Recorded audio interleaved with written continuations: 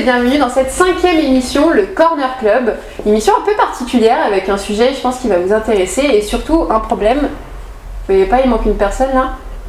Bah ouais, il n'y a pas de Jimmy. Le Comics Corner est envahi par des cosplayers parce que le sujet du jour est bien le comics et le cosplay entre co-influence et on a voilà, des cosplayers avec nous. Donc est-ce que vous pouvez vous présenter? Nadia? Oui, d'honneur aux femmes. Non, parce que moi je suis un peu gentleman, mais bon. Alors moi c'est Nadia, donc dans le monde du cosplay, on m'appelle Shorty.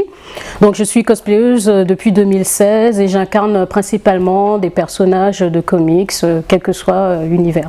Ok, super. Et toi Mathieu? Et moi Mathieu Solan, surnommé Xey dans le milieu du cosplay.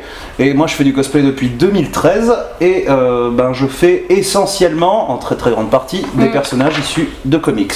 Ok, super. Je voulais faire une première question assez large. Est-ce que vous pouvez nous dire un petit peu l'histoire du cosplay en France? Pas une page Wikipédia, mais voilà. En France, c'est un petit peu plus compliqué dans un sens. Pour généraliser globalement et pour détruire une petite idée reçue, beaucoup pensent que le cosplay vient du Japon. C'est complètement faux. Le cosplay vient des États-Unis et c'est grâce aux premiers fandoms Star Wars, Star Trek et comics que le cosplay s'est démocratisé à l'international. Le Japon a juste été un nouveau level en apportant les mangas.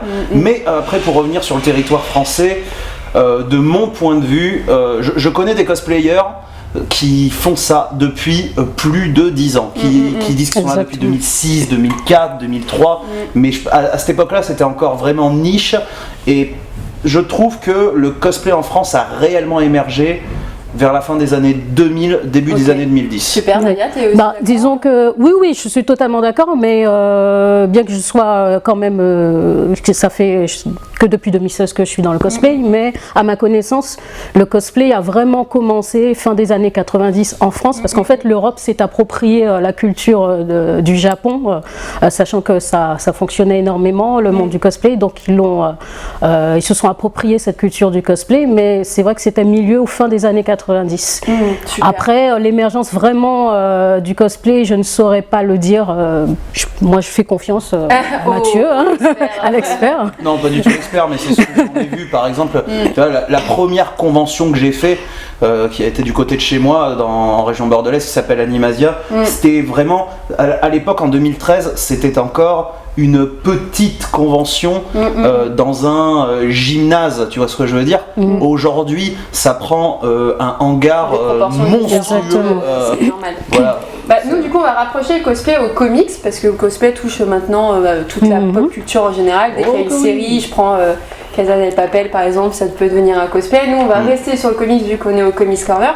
Toi, Mathieu, quelles sont tes sources d'inspiration dans les comics pour le cosplay? Est-ce que c'est déjà une source première où tu vas te dire tu vas avoir un comics et tu vas vouloir le cosplayer, ou c'est plutôt l'inverse?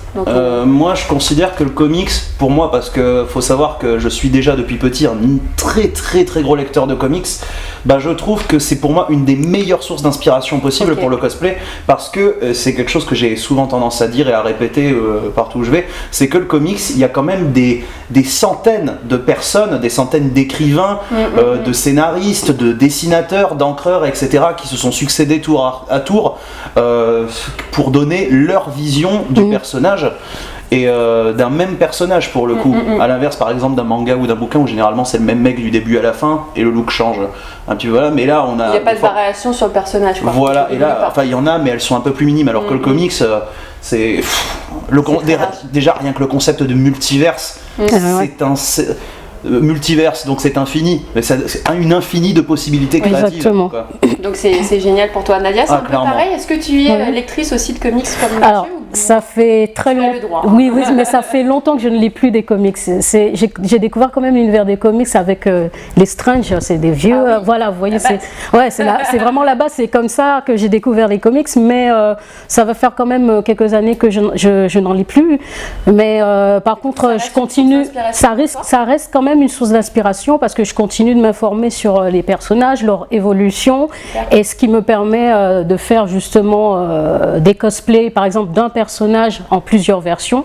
Par exemple, Tornade, j'adore ce personnage des Marvel, et en ce moment, je fais plusieurs versions de Tornade. Et c'est franchement une mine d'inspiration et qui nous permet de faire, par exemple, si on aime un personnage, de faire plusieurs versions. Et du coup, tu vas voir dans les films, tu vas un peu feuilleter les comics. Je préfère, voilà, je regarde sur Internet aussi, ou bien je peux découvrir par hasard aussi des versions qui m'intéressent, et je me dis, ah tiens, je vais faire cette version, elle est pas mal, elle est peut-être pas très connue, mais ça permet de faire découvrir aux autres cette version.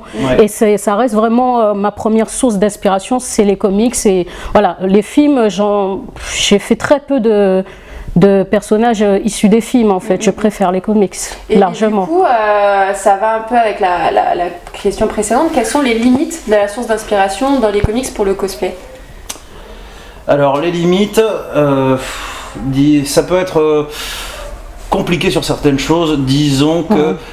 alors ça nous concerne pas. Ça concerne plus les States, mais certains cosplays en convention sont interdits. Par exemple, faut savoir un truc, c'est par exemple le Superman Red Son. Un cosplay du Superman Red Son est interdit aux États-Unis. C'est pas un lien avec la Russie ou... Et même le Captain... Parce que c'est un Superman communiste. Ah oui, c'est ça. C'est un Superman communiste. Donc...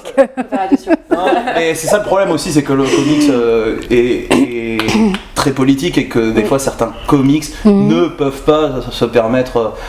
certains cosplayers ne peuvent pas à cause de certains comics. Voilà, c'est ça le problème aussi. Mais après, niveau limite, il y a une limite qui est fixée idiotement dans le cosplay, c'est justement la limite du sexe ou de la couleur de peau, etc. Ce qui est complètement aberrant, parce que le cosplay, c'est une passion qui est ouverte à tout le monde, et disons que il y aura toujours des gens, et ça on le voit déjà tous les jours sur les réseaux sociaux, mais il y aura toujours des gens qui vont être tu peux pas faire ce personnage, il est trop musclé, t'es pas aussi musclé. C'est souvent des réflexions sur le physique, la couleur de peau. Principalement le physique. Ah oui, en convention ça arrive aussi. Parce que je sais que toi du coup tu fais une Wonder Woman aussi. Parce qu'elle existe. Alors je t'explique, pardon. Il y a une Wonder Woman noire dans les comics. Elle existe depuis les années 90, il me semble. Je suis plus sûre. Voilà. Oui. Et elle s'appelle Nubia. Okay. Et elle remplace pas Wonder Woman qui est Diana, que tout le monde connaît. C'est la sœur jumelle noire de Diana. Okay. Voilà. Et cette version, Nubia. Et cette version, il y a peu de personnes qui le connaissent. Et moi, ça me fait plaisir justement quand j'incarne Nubia de faire connaître cette version aux gens. Ok. Voilà. Parce que j'imagine que beaucoup de personnes te disent, non, pas forcément. Ça dépend. Mais c'est vrai que j'ai déjà eu des réflexions là-dessus. Et alors, je leur explique. Ou bien, alors, il faut savoir aussi, c'est que moi, quand je fais des cosplays de personnages, je me limite pas, comme dit Mathieu, je me limite pas au sexe et à la couleur de peau. J'ai déjà incarné des personnages masculins, comme le soldat de l'hiver dans Captain America. J'incarne souvent aussi des personnages de couleur blanche, voilà, je dis comme ça. Et je me limite pas à cela. Voilà. Les retours sont positifs. Les retours sont toujours positifs. Après, j'ai eu quelques petites réflexions, pas méchantes, mais bon, je leur explique en fait ce qu'est le cosplay. C'est une passion commune et qui est ouverte à tous. Et on peut se permettre ce genre de choses en fait dans le cosplay. Voilà. Donc du coup, moi, je ne vais pas me limiter à cela. Si je veux faire un personnage masculin, je vais le faire. Par contre, il faut savoir que dans le cosplay, il y a deux comment on appelle ça? Il y a le crossplay et le genderbend. Okay. Voilà, donc pour expliquer rapidement, je vais expliquer rapidement. Le crossplay, c'est quand on incarne un personnage masculin. Okay. Voilà, par exemple, si on veut faire Jack Sparrow, on va faire Jack Sparrow masculin. Hein. Okay. Le genderbend, par contre, c'est prendre un personnage, par exemple, masculin et le féminiser. Ok, voilà. D'accord. Par exemple, j'ai fait Red Hood, qui est un personnage masculin dans les comics, et je l'ai féminisé. Ok, voilà. Super. Il y a une icône du cosplay, elle est reconnue comme étant au top du Alison game. Davida. Non, même pas, c'est Jessica Nigri. Ah, bon. Il y a encore des années, elle était conspuée justement pour féminiser tous les personnages et aussi parce qu'elle a une très belle plastique, les sexualiser un peu plus, mais aujourd'hui c'est devenu la norme. C'est plus du tout un problème, au contraire, elle est même applaudie pour ça. Donc il n'y a plus trop de problème de genre et de stéréotypes. Non, c'est de plus en plus brisé. Ce livre. Et justement, on parlait en off, Mathieu, de la liberté créative. Est-ce que du coup c'est comparable une liberté créative dans les comics et dans le cosplay? Est-ce qu'on est sur une même tendance? Franchement, je trouve que oui, parce que comme pour reciter ce que je disais précédemment, le multiverse, etc., c'est une possibilité de création impossible à tarir. Et tu vois, et c'est ça qui est génial, c'est que aujourd'hui, déjà, comment expliquer? Par exemple, quand tu vois le film Supergirl des années 80-90, j'ai oublié le nom. Tu vois, le Supergirl ultra choupi, ultra et qu'aujourd'hui, on a des films comme Wonder Woman et Captain Marvel. Je pense qu'on peut être déjà très chanceux d'avoir des films qui considèrent les héroïnes comme ça. Et ce qui est génial, c'est que ça permet aussi d'avoir pour les plus jeunes, par exemple pour les plus jeunes filles, d'avoir de nouvelles héroïnes en dehors, une nouvelle identification. Et là, par exemple, il y a quelques semaines, on nous a annoncé l'arrivée d'une Wonder Woman brésilienne. Exactement. Sais plus, dans le lore, dans la diégèse des comics, je sais plus du tout si c'est une cousine, etc., ou une version alternative de Diana, je me rappelle plus. Mais non, c'est une nouvelle Wonder Woman, parce que là, il y aura effectivement j'ai lu quelque part pour, en tout cas, début de l'année 2021, qu'il y aura 4 types de Wonder Woman, effectivement, dont cette Wonder Woman brésilienne. Donc il y aura Diana, il y aura Nubia aussi qui sera mise en avant, et il y a une autre qui est asiatique, je ne sais plus si c'est le Japon. Voilà, donc oui, c'est comme on dit, c'est intéressant de découvrir, mais il y a toujours, on n'a pas changé la Wonder Woman initiale. On a fait d'autres personnages. C'est vraiment en lien, vous pouvez autant vous éclater dans le cosplay parce que du coup les comics se suivent aussi. Bah oui. Je me dis, je repense aux Et les gens de par le monde ont un nouveau personnage à qui s'identifier, etc. Mais il n'y a même pas que pour Wonder Woman, Spider-Man, on n'a qu'à citer le Spider-Verse quand tu vois. Oui, déjà rien comme Miles Morales, mais quand tu vois même les autres Spider-Man alternatifs qui sont autant mis en lumière. Pareil pour Batman. Batman dans les comics, c'est ce qui s'appelle le Batman Inc. Et en gros, le Batman Inc, c'est des Batman qui. Bruce Wayne a créé une entreprise où il y a un Batman par continent, par pays. Donc chacun limite à son représentant, même s'ils ne seront jamais aussi connus que Batman. C'est clair, mais voilà, que Bruce Wayne. Là, justement, vous citez donc Tornade, Spider-Man, Batman. Et je me rappelle quand il y a des conventions à l'époque, que on voit toujours les mêmes personnages. On voit les personnages connus. Est-ce que pourquoi on voit très peu de personnages tirés de comics indépendants? Parce que du coup c'est un peu plus underground ou vous voulez plus être accessible pour les gens? Oui, c'est les deux. Ouais, c'est les deux. Disons qu'aujourd'hui, surtout, pour faire un petit parallèle, le cosplay, je trouve que c'est aujourd'hui de plus en plus ressemblant avec YouTube, dans le sens où on a compris il y a des gens qui ont compris qu'on pouvait en vivre, etc. Que ça pouvait amener une grande fanbase, qu'on peut devenir famous, célèbre dans ce domaine, etc. Donc un peu comme YouTube, il y a des gens, les gens vont essayer d'aller des fois sur logiquement, on te propose deux trucs. On va te proposer de faire une armure d'Iron Man et un cosplay de Bloodshot. Non, mais pas Bloodshot, parce que Bloodshot, il y a eu un film qui est sorti il y a pas longtemps. XO Manowar, on va dire. Logiquement, tu prends qui? Et oui, tu te dis, attends, qu'est-ce qui va me ramener plus de visibilité? Exactement. Et donc c'est ça le truc, c'est qu'aujourd'hui il y a une affaire de visibilité, surtout que quand tu fais un cosplay, t'as envie que les gens le voient, le reconnaissent, voilà. Exactement. Mais après, bien sûr, il y aura toujours des gens, mais c'est un fait, c'est normal, c'est pas forcément connu, il y aura toujours mais il y aura toujours une niche, il y aura toujours des gens qui vont arriver en mode faire ah mais purée, mais je connais ça, c'est ouf, et je connais personne qui fait ce cosplay, je crois que c'est le premier que je vois. Mais c'est très rare après, c'est par exemple, il y a quelques années, c'est hors comics, j'avais fait Snake de Metal Gear Solid. Aujourd'hui, tout le monde connaît Snake de par le délire de la boîte. Et je venais en plus, moi j'adore être roleplay. Je venais en convention avec ma boîte, vraiment, je me cachais dessus, etc. Et en fait, on se rend compte, surtout en France, que Metal Gear Solid, et encore plus les cosplays Metal Gear, c'est une niche, mais c'est vraiment une niche de niche. Donc c'est, voilà, même dans le comics, il y a beaucoup de trucs de niche. Disons que oui, Marvel et DC, ça sera toujours les plus connus. Voilà, oui, effectivement, parce que bon, malheureusement, les autres univers sont peu connus, mais nous, on a envie de toucher un maximum de personnes et de partager cette passion-là avec ces personnes-là. Et effectivement, dans les conventions, ce sont surtout des personnes qui connaissent les versions connues des comics dans l'univers Marvel ou DC. Et il y a aussi beaucoup de personnes qui connaissent les versions des films. Oui. Malheureusement, mais bon, nous on va quand même, voilà exactement, mais on va quand même s'inspirer des personnages des comics pour leur faire découvrir. Effectivement, on ne va pas faire ce type de personnage dans d'autres univers, mais ce qu'on peut justement apporter comme plus-value, je dirais, c'est plusieurs versions de personnages connus, on va dire. Voilà, et ça c'est intéressant. C'est ce que je disais en off tout à l'heure. C'est où je viens de l'oublier dans l'instant du personnage que je citais. Zut, on va faire un moment de coupage. Non, il y a pas de...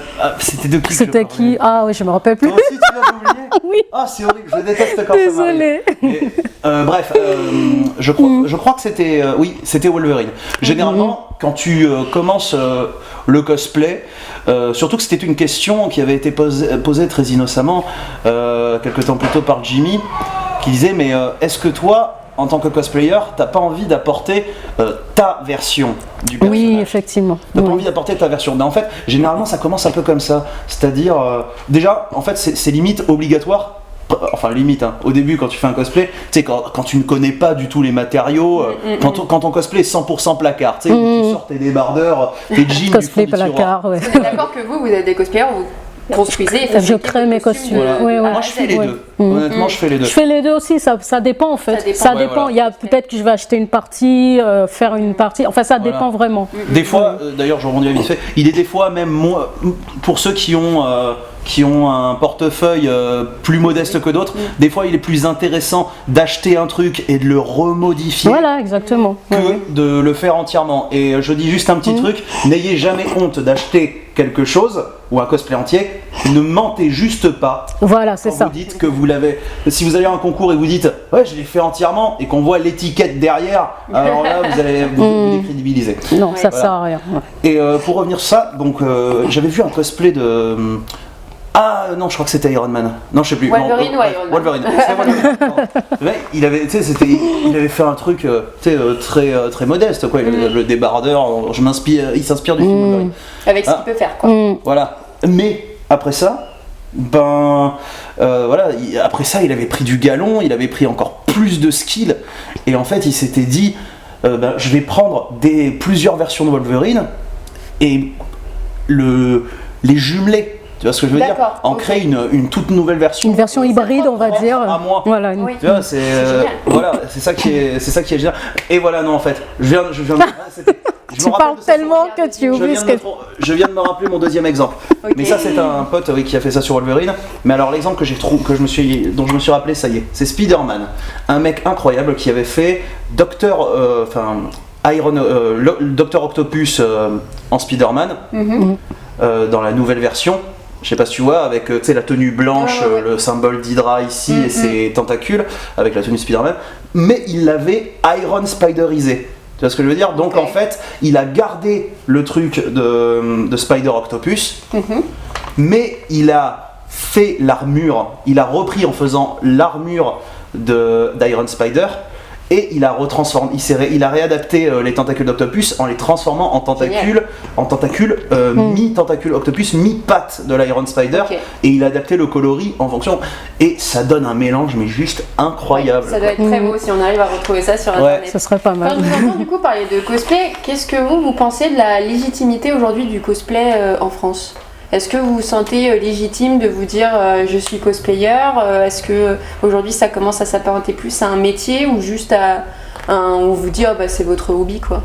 Nadia? Ah, moi, c'est, en tout cas de mon point de vue, certaines personnes disaient « Ah oui, mais tu en as fait ton métier, tu es professionnel là-dedans ». Oui, j'ai déjà entendu ça. Ou d'autres personnes qui disaient « Ah, c'est une passion ». Effectivement, pour moi, ça reste juste une passion. J'ai pas envie d'en faire mon métier, malgré le fait que j'ai beaucoup de personnes qui reconnaissent en fait que j'ai du talent. Et moi, je trouve que j'ai encore beaucoup de choses à apprendre. On apprend toujours. Voilà, mais ils me disent « Oui, tu peux en faire ton métier, tu peux vendre tes costumes et tout ça ». Moi, j'ai pas envie d'aller aussi loin, de me prendre la tête et d'aller aussi loin. Je veux que ça reste une passion. C'est le plaisir de créer, de partager ça avec mes amis, tout simplement. Super. Les amis, et puis bien sûr le grand public lors des conventions ou d'animation. Et toi, Mathieu? Alors moi, ça va être un tout petit peu long. J'ai une histoire assez... Pas trop long, hein. Non, pas trop long. Mais j'ai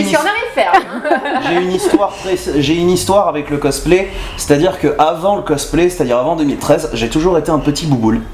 J'ai toujours été un petit bouboule. Je suis l'archétype. J'étais l'archétype de l'enfant chialeur au collège.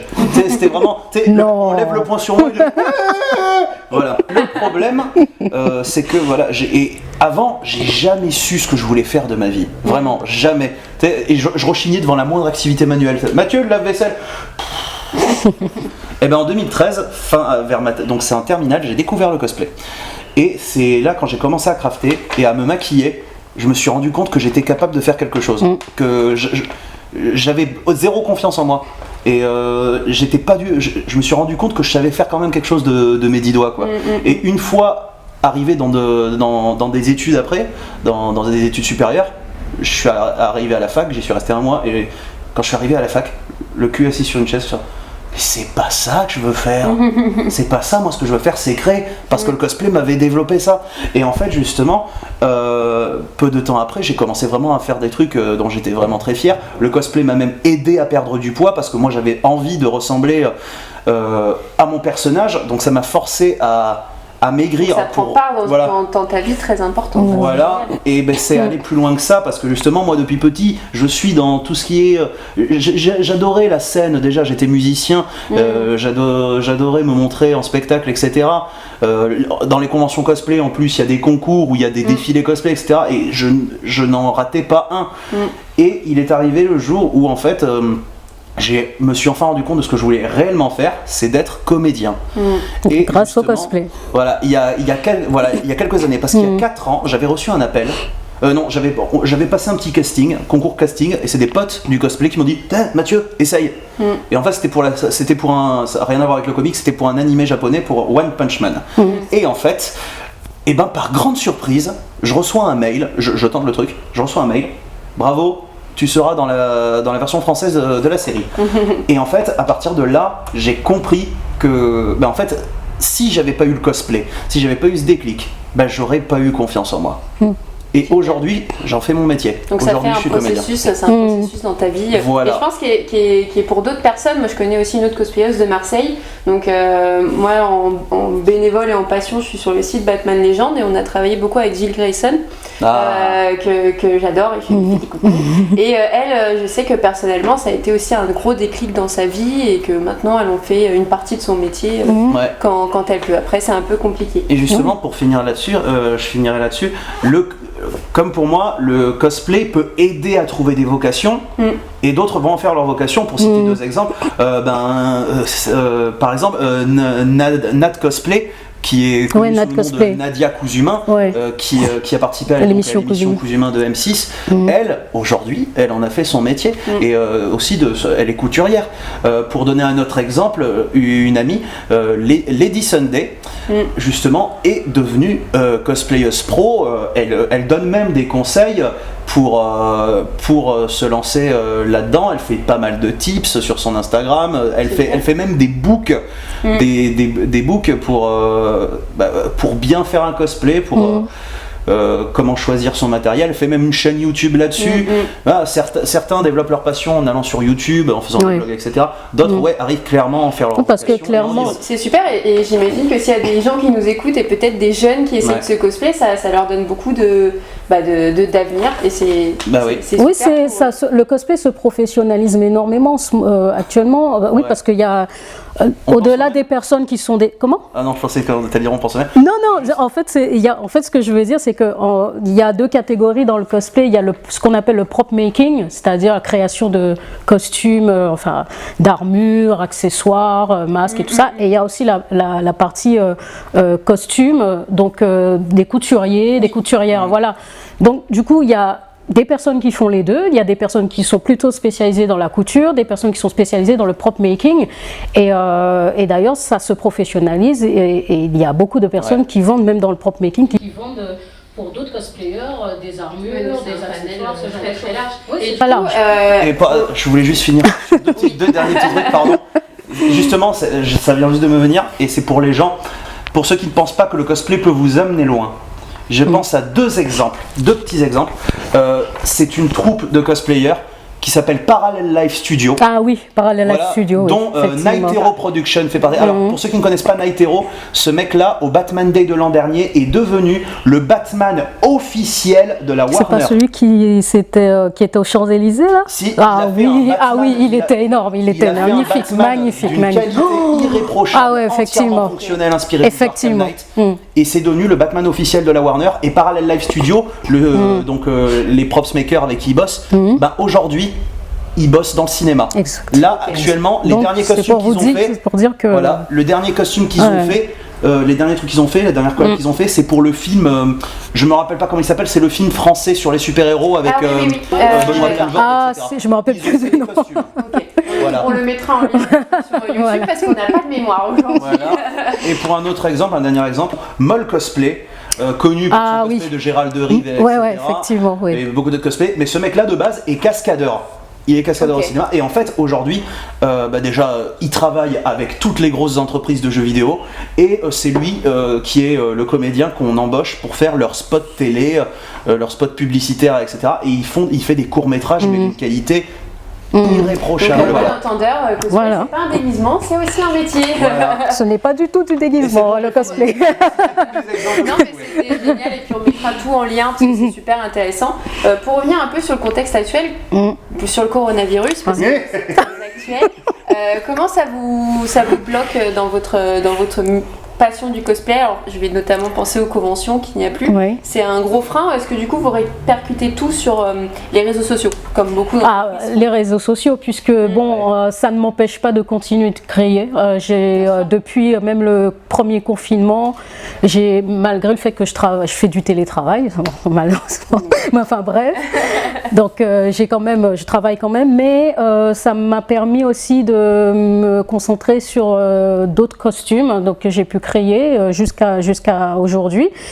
Mais le problème, c'est effectivement les conventions, parce que ce qui manque, c'est le rassemblement avec les amis, faire découvrir nos costumes dans les conventions. C'est toute cette atmosphère qui fait qu'on partage notre passion, mais ça ne nous empêche pas de partager quand même sur les réseaux sociaux ce qu'on fait actuellement. Donc là, tu es plus sur un truc de fond où tu prépares peut-être. Exactement, j'ai des costumes, effectivement, puis je les ai présentés sur mes réseaux sociaux. Donc je continue aussi à faire des petits tests make-up que je partage aussi. Donc ça ne m'empêche pas en tout cas de continuer sur cette voie-là. Donc peut-être teaser pour ceux qui nous suivent, celui que tu travailles, c'est lequel? C'est une nouvelle version de Tornade, mais je la mettrai bientôt parce qu'elle est, ça demande en fait, parce que sachant que les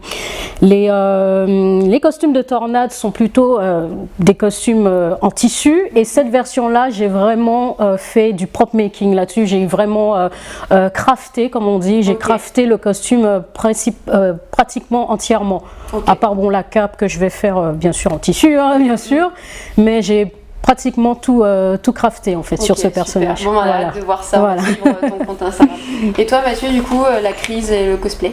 Alors moi, la crise et le cosplay, la crise elle était présente un tout petit peu avant, dans le sens où avec le métier que j'exerce actuellement, c'est devenu un petit peu difficile pour moi de répartir mon argent entre mon métier, parce que mon métier est coûteux, et le cosplay qui lui aussi est très coûteux, surtout que moi je veux fournir de la qualité dans mon travail, qu'importe qu'il soit. Mais disons que oui, j'ai des projets en stand-by et le problème c'est que actuellement, le premier confinement, je me suis confiné chez moi, mais littéralement chez moi, chez ma famille, en campagne, loin d'ici, dans ma maison, où j'ai mon atelier, où j'ai mes costumes en stand-by. Là, je suis confiné sur Paris, dans mon 13 mètres carrés, ce qui fait que c'est un petit peu moins facile de crafter. Voilà. Et surtout que, petite anecdote, juste avant le confinement, mon armoire s'est effondrée. Ah oui, avec je me rappelle. 300 le kilos pauvre. de comics. Oui. 300 kilos de comics, donc actuellement mes 300 kilos de comics prennent beaucoup de place dans mon appartement, et ce qui fait que je me déplace pas forcément bien, et donc je peux moins facilement crafter. Mais sinon j'ai toujours mes projets en stand-by. Il y a un projet que j'ai hâte de sortir, et justement pour rebondir là-dessus, je prépare un petit cosplay de Captain Ameridra. La version, Captain Hydra, justement de Secret Empire, parce que j'adore ce skin, je le trouve incroyable. On a hâte de voir ça. Du coup, juste pour finir, moi j'aurais 2 questions pour finir. Je vous embête plus. Quel est votre cosplay préféré que vous avez créé en lien avec les comics? Donc, bon, je pense que ça va pas être trop compliqué pour toi. Vous avez deviné. On va faire un petit quiz, nous on l'a. Tornade. Alors, Tornade, oui, Tornade, parce que celui que tu sors tout le temps. En fait, disons que en ce moment, je fais plusieurs versions de Tornade. Alors, attention, je fais beaucoup de personnages différents dans les cosplays, mais j'adore ce personnage pour son histoire, sa force, sa puissance. Et du coup, il y a plusieurs versions de ses tenues qui sont magnifiques. Et donc, j'en ai déjà sorti, je crois, 6 avec celle qui va sortir, il me semble, voilà. Donc oui, Tornade, je me concentre à faire... choisi ce comics. Voilà, effectivement, des années 80, donc la version punk avec la coupe à l'iroquoise, je l'ai déjà faite. Bon, la tenue, elle n'était pas forcément pareille. Bon, je m'en suis inspirée. J'avais aussi la coupe parce que j'avais les cheveux rasés sur le côté à un moment donné. Donc, du coup, effectivement, j'ai fait cette version. Et c'est bien de se replonger dans les origines des X-Men des années 80. C'est intéressant, voilà. Et surtout, je trouve qu'il y a quand même des beaux costumes. Et on peut s'en inspirer d'ailleurs. Ouais, une belle source tout simplement, effectivement. Et toi, Mathieu? Moi, c'est un petit top 3, rapidement. Si c'était mon petit top 3, donc je dirais en 3ème place il y aurait mon Wolverine, parce que j'avais fait Old Man Logan à l'époque. Je crois que j'avais fait 1 an ou 2 ans, 2 ans avant l'arrivée du film Logan, et Old Man Logan est un de mes comics favoris. La version qu'ils ont de Wolverine est géniale dessus. D'ailleurs, petite anecdote, il y a 2 ans je suis allé à Angoulême en Old Man Logan, et il y avait Andrea Sorrentino qui était là. Et c'est lui qui a ramené Old Man Logan dans la continuité, donc je lui ai passé un print et Marvel l'a retweeté. J'étais très heureux. C'est génial. J'étais super heureux.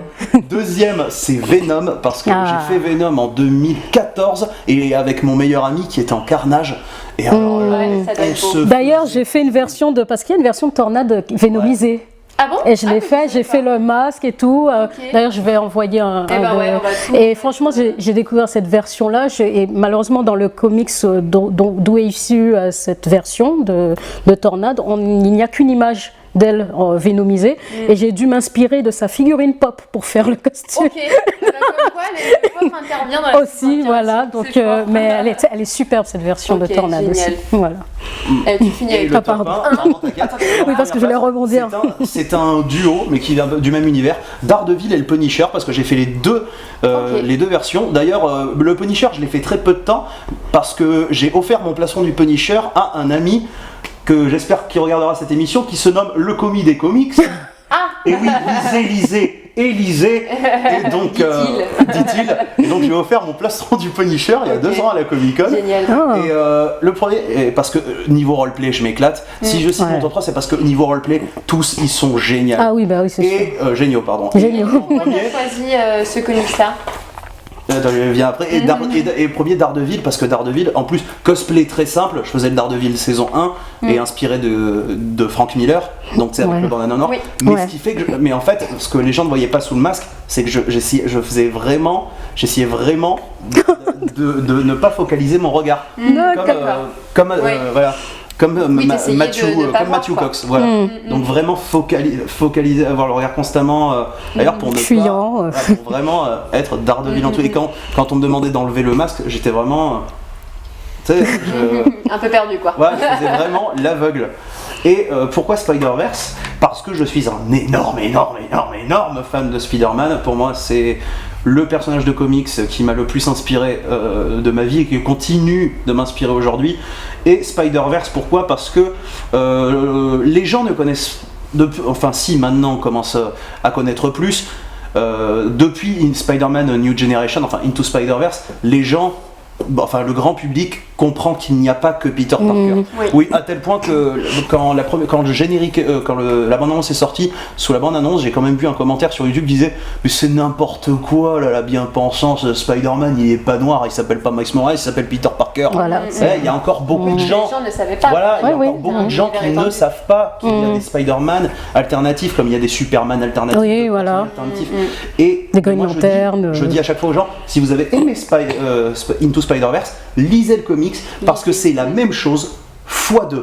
Enfin, même x3, x4, il y a encore plus de Spider-Man. Il y a des Spider-Man que vous ne connaissez potentiellement pas et auxquels vous allez peut-être vous attacher. Et en plus de ça, il y a la suite qui est sortie il n'y a pas longtemps qui s'appelle le Spider-Geddon. Ok, super. Et tout ça retrouvé évidemment au Comics Corner. Comics Corner, exactement. Écoutez, c'était génial de parler de cosplay avec vous. Je pense qu'on a appris plein de choses et que ça peut être un bon soutien pour les gens, pour les jeunes. Je pense aux jeunes ou moins jeunes qui veulent se lancer dans le cosplay et qui ont un peu peur.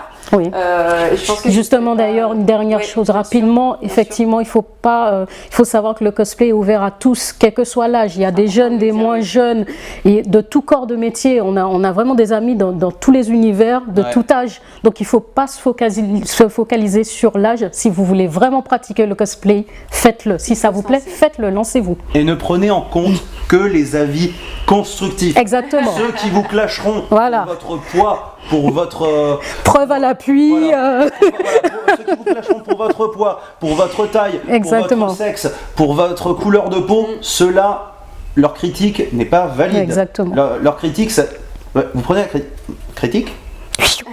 Jetez-moi ça. Je pense qu'on peut clôturer avec une magnifique image de papier qui vole. Voilà.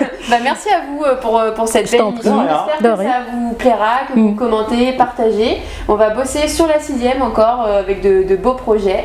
Et puis à bientôt. À bientôt. Ciao. Salut.